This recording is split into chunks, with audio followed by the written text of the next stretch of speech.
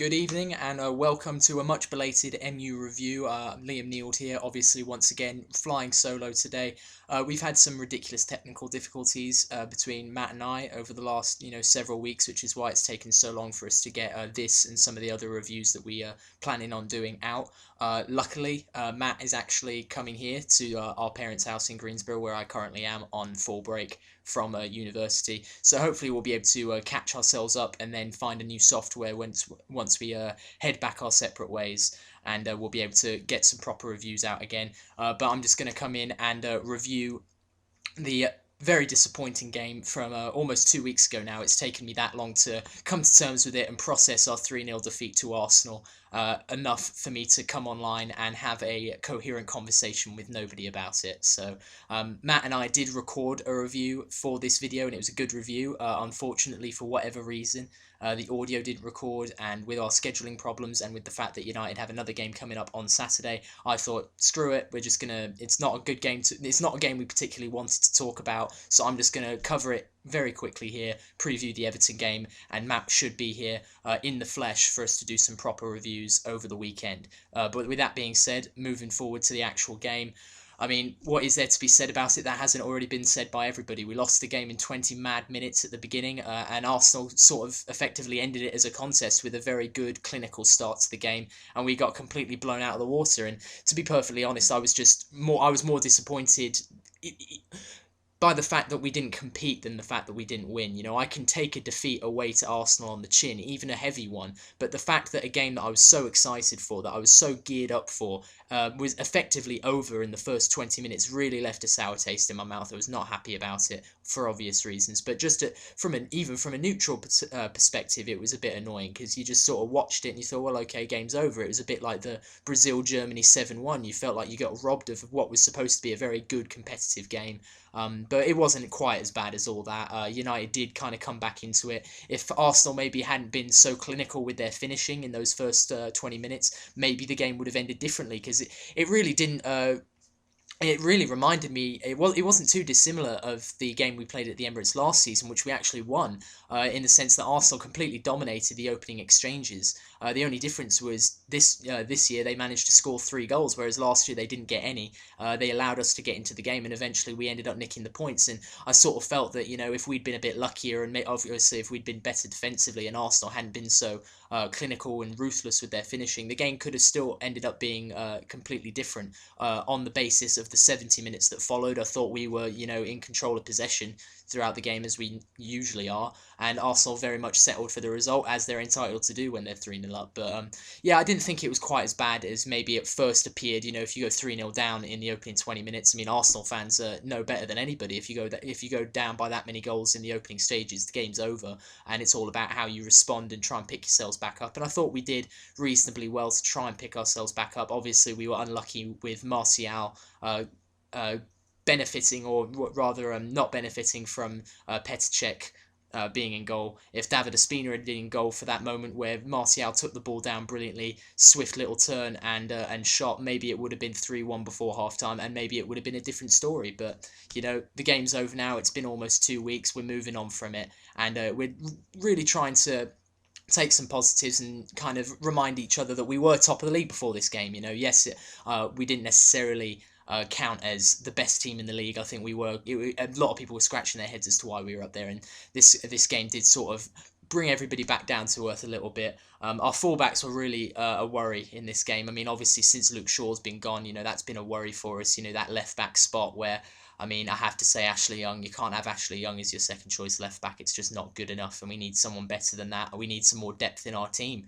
I mean, Mateo Darmian was he was terrorised by Alexis Sanchez, and I mean, I'm not going to hold that too much against him. He's been a very solid player for us this season, but you just sort of think, if we're going to come up against top opposition like that, we need to have some alternatives. We need to have some players that really can handle that. And I'm not saying that Darmian couldn't handle Sanchez. Obviously, on the day he couldn't, but on a good day, maybe he could have done a bit better than he ended up doing.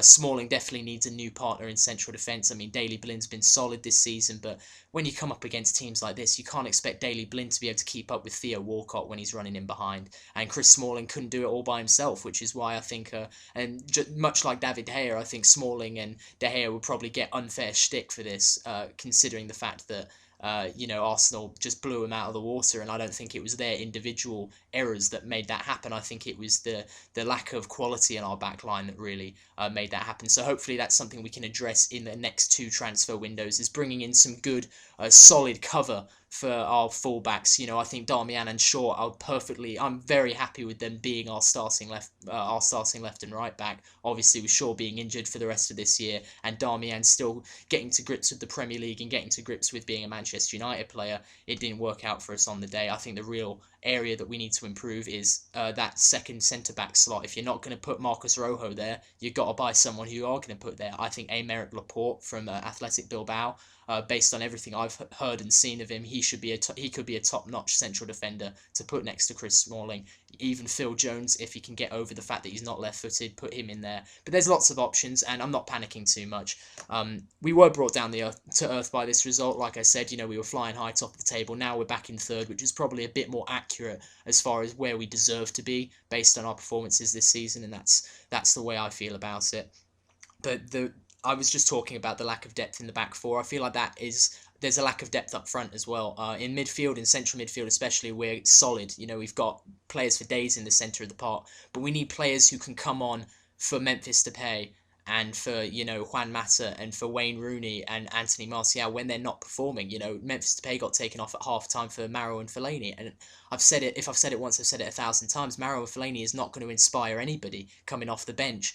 Especially not against Arsenal. He might do it against West Brom, as he did famously last season, and on a couple of occasions, when you need a plan B. I don't necessarily think our tactics weren't working going forward. I think we just needed someone who was having a better game than Memphis was. Memphis was struggling. That's where we could use a player like, I hate to say it, Pedro, as someone who's not going to bother about being, a regular starter, someone who is happy to kind of not necessarily play a bit part role, but to be an impact player. Even if Ashley Young hadn't been needed at left back, he could be a player who could come in at that wing position. So we do need to kind of flesh out the team. I do still think we're at the second year of a 3-year rebuilding process. I don't think that Louis van Gaal came into this job thinking he was going to get a lot of glory and win 3 league titles in 3 years and then go on. I think he knew that his first job was to clear out the riffraff, clear out all the dead weight, and he did that last season, bring in a few good players. And there was also to bring in and develop some young players like Memphis Depay, like Anthony Martial, and even players like who had already been there, like Chris Smalling and Luke Shaw. That was his role, was to kind of flesh out the team. Moving forward, his role is definitely going to be, before he passes the torch to Ryan Giggs, most likely, his role is definitely going to have to be to, pad out the team a bit and get some more top quality in those areas that we need it. It's all good and well having Memphis Depay as a creative player, but when Memphis Depay as a 21-year-old doesn't perform, which is going to happen, for a player of that age, we need someone who can come in and cover for him who isn't, Maro and Fellaini. We need someone like Memphis who can offer the alternatives. So I think Van Gaal in the next couple of transfer windows, he's by all accounts he is going to be gone at the end of next season. So I think between now and then he really needs to kind of build this squad up as much as he can and get as much quality in there. And maybe with a couple more years experience under their belts, Martial and Memphis could really be world beaters. But I think the foundation is being laid at the moment for Man United to be a very successful team for many years to come. So I'm not worrying about the future of our team. I'm just really anxious to get us back on good terms, back into winning ways. Obviously, we've got a very tough month coming up. We've got Everton away, we've got City at home, we've got Crystal Palace away. All 3 good teams who have had good seasons so far. Not to mention home and away trips to Moscow in the Champions League. So we're facing a really not season-defining, but definitely pace-setting kind of test of a month here in October. And I'm looking forward to seeing how United handle all that. And hopefully, like I said, I'm not panicking about everything that's going on at the club. I think we're going in the right direction. Hopefully things work out a bit better for us than maybe they have for someone like Brendan Rodgers, who a lot of his signings ended up being flops in the long term. I have a lot of faith in Louis van Gaal that the players he's picked out are players who really are going to bring a lot of quality to the table for Man United for many years to come. And hopefully, it'll all work out. But with that being said, we've got Everton coming up. My man of the match for this game was Anthony Martial because he at least tried to make things happen. I think he was unlucky not to get a goal in the first half, and I think he really did. He didn't let his head drop. He kept himself going, and every time I see him perform, the more assured I am that he's going to be a top player for us for years to come. But with the Everton game coming up, looking forward to it. Hopefully, United can get back to winning ways and keep ourselves in touch with the top two in the Premier League. And obviously, hopefully, Matt will be here with me to review our next game. But until then, thanks for watching. If you did, if you didn't, doesn't bother me too much. I mean, I'm not really talking to anybody at this point. So, but yeah, thanks for watching if you did, and we'll see you next time.